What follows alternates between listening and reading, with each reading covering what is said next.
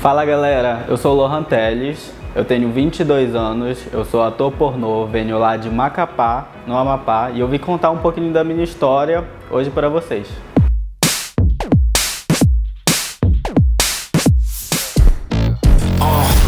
Pardon me and my tone. You can't step to my throne.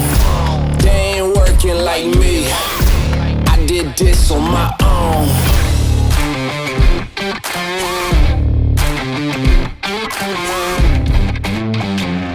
Eu sempre fui criado no meio masculino. O meu pai, ele sempre tentou fazer com que eu e os meus irmãos, a gente focasse mais em coisas de homens. Eu nunca me identifiquei com o meio masculino e com os esportes que ele tentava impor pra gente. Por exemplo, eu já fiz natação, eu já fiz basquete e o que mais me incomodou foi o boxe. Foi o último esporte que ele tentou. Como eu sempre gostei de coisas diferentes e sempre gostei mais, tive mais intimidade com minha irmã, com coisas femininas, teve certo dia que ele me chamou. Ele não perguntou se eu era gay, ele perguntou se eu gostava de mulheres. E aí eu respondi, gostar de mulher como?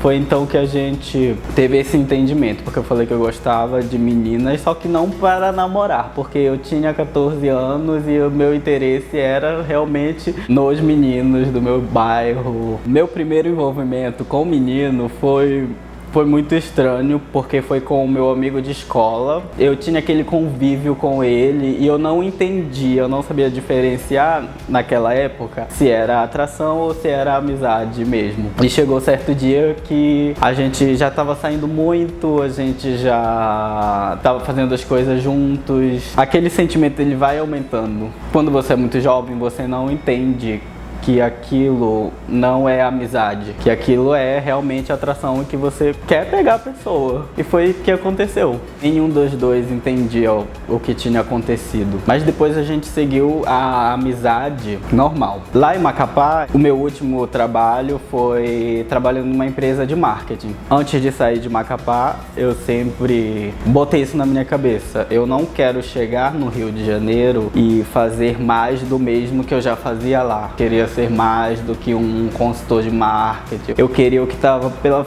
frente das câmeras, não queria o que estava por trás, porque eu já tinha aquela experiência, eu já conhecia e sabia como funcionava. Na verdade, a minha vinda para o Rio não teve nada a ver com o meio do pornô. Eu tive um envolvimento com uma pessoa em Macapá que estava de passagem. Ele estava montando uma empresa, uma filial da empresa dele lá em Macapá para poder vir para o Rio. E a gente, nesse meio tempo, a gente teve um envolvimento muito intenso. Na vinda dele pro Rio, uma semana depois ele já comprou a minha passagem para eu vir junto pro Rio de Janeiro. Certo dia, quando a gente estava tomando café da manhã, quem chega lá? O outro, o marido dele. E eu não sabia de nada. Como eles viram que o meu relacionamento com o rapaz que estava lá em Macapá comigo estava muito intenso, nós três a gente entrou em um consenso em me trazer para cá para ficar meio que ele monitorando tudo o que estava acontecendo. Foi um relacionamento a três forçado, ou a gente teria que fazer as coisas muito bem escondidas.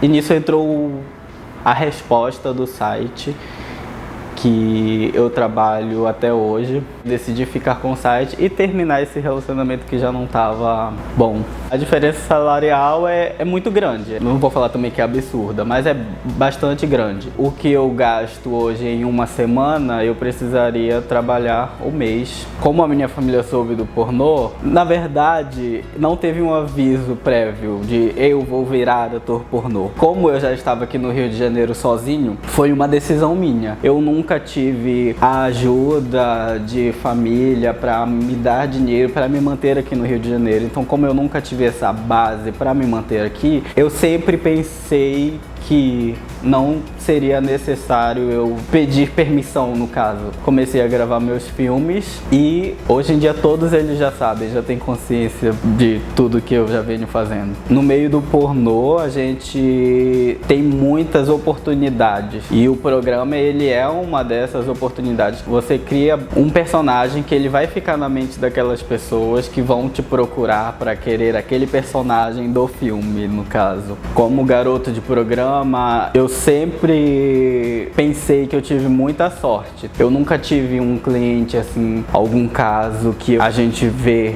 nos noticiários de agressão ou até de morte, né? Minha primeira cena no site foi muito tensa. Para gravar, precisa estar totalmente entregue juntamente com o parceiro. E você tá na frente de umas câmeras junto com várias outras pessoas ao redor e te falando que você tem que ficar naquela posição, você tem que abrir a sua perna de tal jeito, você tem que, por exemplo, chupar de tal jeito, você tem que ter um psicológico na hora bem tranquilo. No pornô, a gente precisa fazer a política da boa vizinhança com todos, tanto da produção quanto com os atores. Na hora das cenas, sim, existe aqueles que se dizem somente ativos. Eles são realmente somente ativos para os filmes, que eles vendem aquela imagem como o ativão. Eu não acredito no que se dizem hétero no meio do pornô,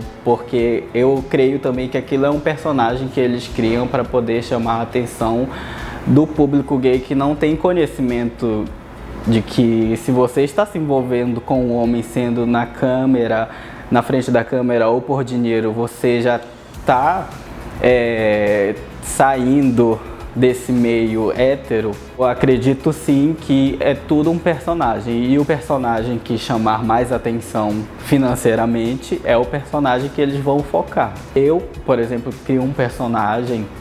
Quando eu vou gravar os meus filmes, eu não sou o Lohan que tá lá num bar com uns amigos, não vai ser o mesmo Lohan que vai estar gravando os filmes. Eu vou me jogar para dar o melhor naquela cena e entregar o que o meu público gosta e quer ver. Bom, a minha cena mais desconfortável no pornô foi justamente com um ator que se diz hétero. Eles já chegam no estúdio de gravação com um porte diferente. Na hora da gravação, por exemplo, não me toque, não me beije, não chegue muito perto porque eu sou hétero. A gente só vai fazer aquilo quando a câmera estiver gravando. Então você se sente realmente mais desconfortável, porque já é complicado você chegar com uma pessoa que você praticamente nunca viu na sua vida e gravar algo, e quando chega esse hétero colocando mais barreiras e mais bloqueios, você se sente menos confortável ainda para transmitir aquela cena que o público quer ver.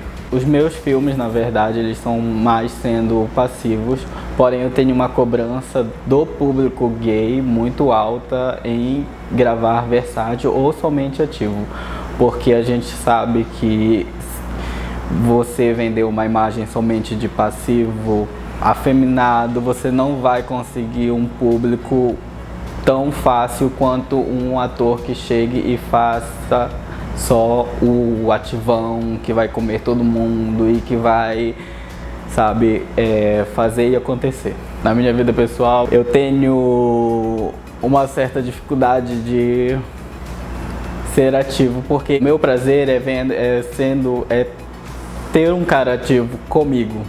Porém, não sou aquele passivo que se limita ao pau do ativo.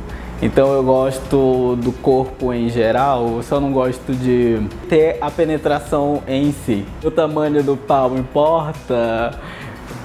No pornô importa bastante. Você não precisa ser aquele ator mais lindo, basta você ter um pau grande e saber trabalhar ele na frente das câmeras. Aquele ator que tem um pau grande, que é o que todo mundo quer e busca, ele realmente vai conseguir um destaque bem grande no meio do pornô. Eu já gostei muito de pau grande, não vou falar que não gosto de pau grande. A gente procura isso, a gente se interessa, é uma coisa que a gente olha e fala assim, nossa, daquele tamanho, vou querer. Mas chega na hora e incomoda, gente. Eu prefiro uma coisa mediana, aquela coisa absurdamente grande que você olha e precisa experimentar pelo menos uma vez na vida. Realmente é só de vez em quando ou uma vez e depois não mais. Eu tenho um pau relativamente grande, passa da casa dos 20 centímetros, então é uma coisa que você vê, você vai querer o pau e você vai querer ver em ação. Então isso daí chama a atenção do público para querer que você entregue para ele os vídeos. Bom, Site Fino, esse foi um pouquinho de mim. Espero ver vocês nas próximas produções.